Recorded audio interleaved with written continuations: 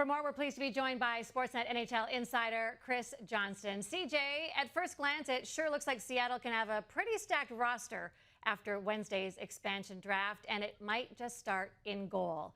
In your opinion, everybody's talking about it. How realistic is it that Carey Price gets selected? Well, what I can tell you, Martine, is that this is something that Seattle is taking very seriously. I think the Kraken were surprised that Carey Price was available in this process until it was reported that he'd waived his no-move clause on Saturday to be available. I don't think that they were expecting him. In fact, they were looking at his battery mate in Jake Allen for selection. And, there's a lot of complications with Price. There's some uncertainty about his health. He's due to see a specialist this week about a hip and knee issue that he's been battling. There's the fact he has $44 million in actual money remaining over the 5 years on his contract, including an $11 million signing bonus in September.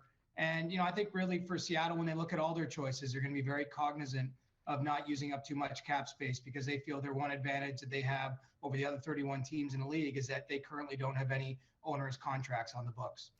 As for the forwards, plenty of star power up for grabs there too. You wrote about some of them in your article on sportsnet.ca. Which players do you think are the most intriguing? Well, there's a lot if you're talking about, guys with money. You have Jordan Eberle from the New York Islanders, James Van Riemsdyk from Philadelphia, who had a great season this year. Vladimir Tarasenko is coming off 3 shoulder procedures from the St. Louis Blues, but someone who scored 5 times 30 or more goals in the NHL. I mean, clearly there are some potentially impactful players. They do come with some risk, and they come with those high contract values, which is, part of the reason I think in each of the cases that they've been exposed here. But, I think that those are the types of guys I look at that Seattle will probably take one of those players, maybe 2, depending on their appetite for contracts, as I mentioned. And then, there are some sort of diamonds in the rough, if you will, some players that haven't had as much of a chance at the NHL level that will come much cheaper as well. Maybe not surprising that Flames captain Mark Giordano was left unprotected.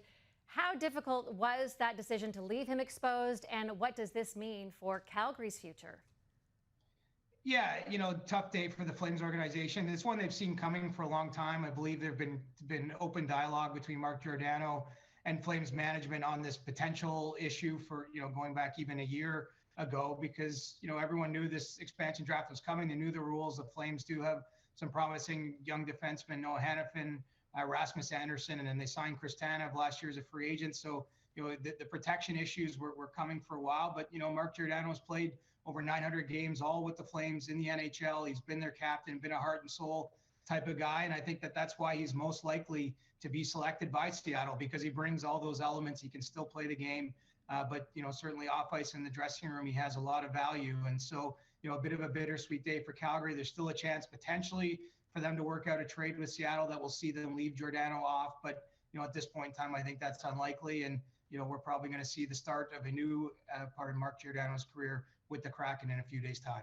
Okay, so maybe you answered my last question. I had one last one for you, CJ. I wanted you to name one unprotected player that is all but certain to be taken by Seattle, maybe other than Giordano. Okay, well, we'll put Giordano down for those keeping score at home. Another one that I'm looking at is Jake Bean, who's not, among the bigger names available, but he's a 23-year-old defenseman from Carolina. The Hurricanes tried actually in the last few weeks to make some moves on their blue line in order that they could protect Jake Bean.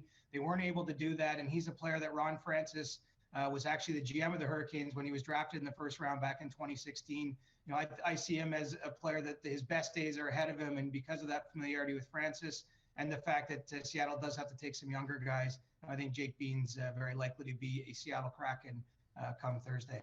Well, one thing's for sure, Kraken GM Ron Francis does have his work cut out for him the next few days.